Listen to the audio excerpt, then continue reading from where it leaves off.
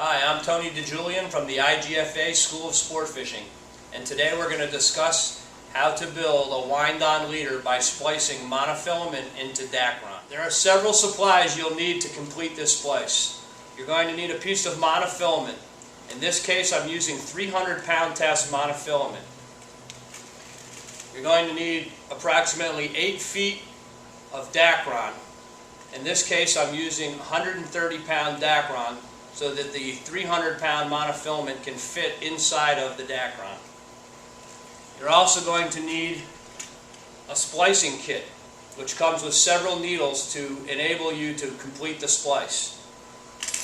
You're going to need a sharp bait rigging knife, a piece of 220 grit sandpaper, some wax rigging twine, and a sharp cutting tool. First, we'll start with the loop end of the Dacron. I'm taking my 130-pound Dacron and I'm doubling it so that I have about 18 inches of doubled Dacron.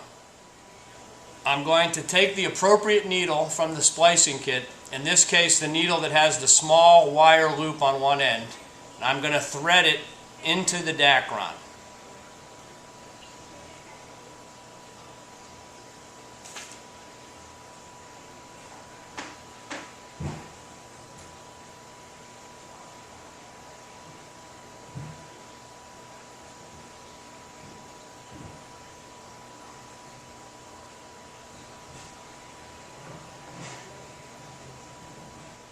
Once I get approximately 8 or 9 inches of the Dacron threaded onto needle, I'm going to pierce the Dacron and come out of the other end. At this point, I'll take my tag end or working end and I'm going to simply put that through the small wire loop on the splicing tool.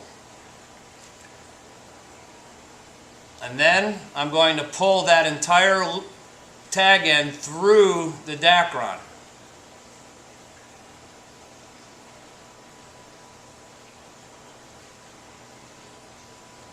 Until it comes out the other end.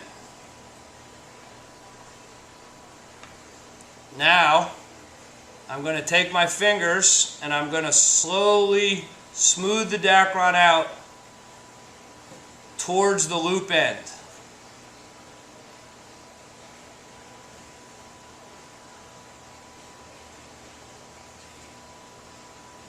At this point, I'm going to take my sharp cutting tool and I'm going to cut off the excess Dacron that is sticking out of the other end, and make sure that that piece gets tucked back inside the Dacron. And that's simply how you put the loop into your one end of. Now we'll move to the opposite end of the Dacron where the monofilament goes into the Dacron. I start by taking my monofilament and with a sharp knife I'm going to cut on an angle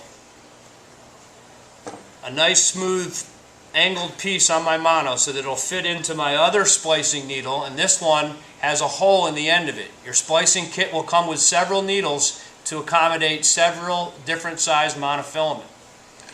Next, I'm going to take my sandpaper and I'm just going to smooth out the end that I cut to make sure that I have a nice smooth end, and I'm going to rough up a little bit of the Dacron.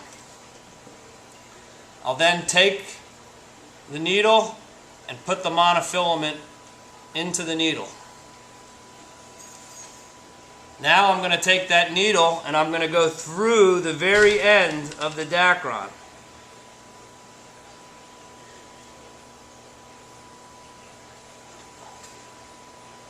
And just like I did on the other end, I'm sliding the needle through the hollow core Dacron without piercing the Dacron until I get the Dacron and the monofilament all the way up about 2 feet inside of the Dacron. Once I thread that needle through the Dacron with the mono attached, I will come out of the Dacron with the sharp point of the needle In this case, I've gone approximately 2 feet up the Dacron, and I will just pull the needle and the Dacron all the way through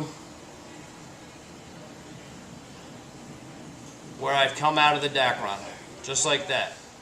And now I'm going to remove that needle, and I'm simply going to back that piece of Dacron in a monofilament back inside of the Dacron.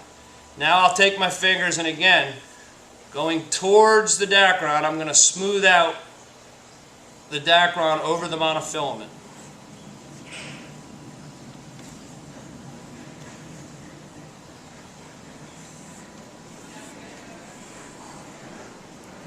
Now you can see I have a piece of monofilament going all the way up inside of the Dacron for my desired length. In this case, about 2 feet. Some guys like to do it more or less. It's a matter of personal preference. But now you're basically finished with your splice, because what we have here is what's considered like a Chinese handcuff. When I pull down on the Dacron, the stretch of the Dacron tightens over the monofilament, and this will not come out. The final step in this splice involves serving a piece of wax twine to the end where the monofilament enters the Dacron. So first I'm going to take a pair of sharp scissors, and the best I can, I'm going to trim my Dacron so that I have as few little frays as possible.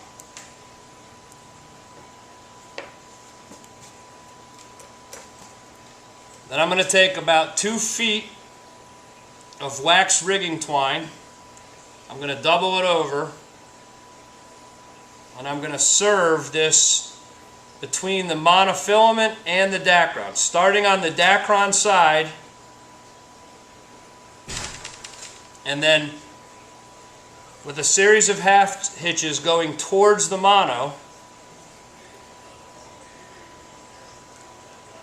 I'm going to make a series of half hitches in order to just sure up this end so that nothing gets caught when it's going on and off the guides of your rod. Now I've completed my serve, which is a series of half hitches with the wax rigging twine, starting from the Dacron, moving down towards the monofilament, and this gives me a nice smooth connection so that there's no fraying when the leader passes on and off the guides or onto the reel. Some guys take some zap glue and they'll put a little bit of a zap glue spot on there just to make things a little bit more secure. It's not necessary, but if you desire to do so, you certainly may.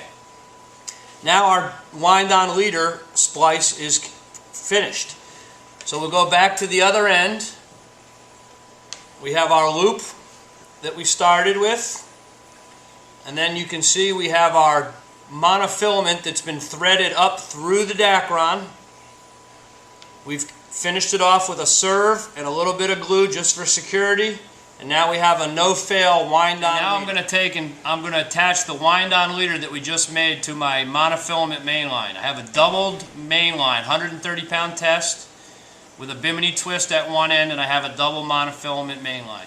So now I'm going to take the monofilament and I'm going to pass it through the loop of the Dacron, pull that loop up a little bit onto the mono, and then pull the entire length of the wind-on leader through the loop that I just created. Okay, now I'm going to take the other end, the loop end of the Dacron, and I'm going to bring it back down and fold it down and create another loop so that I can take the end of the leader and pass it back through that double loop, and again pull the entire wind-on through, and then very carefully cinch that cat's paw down onto the double line.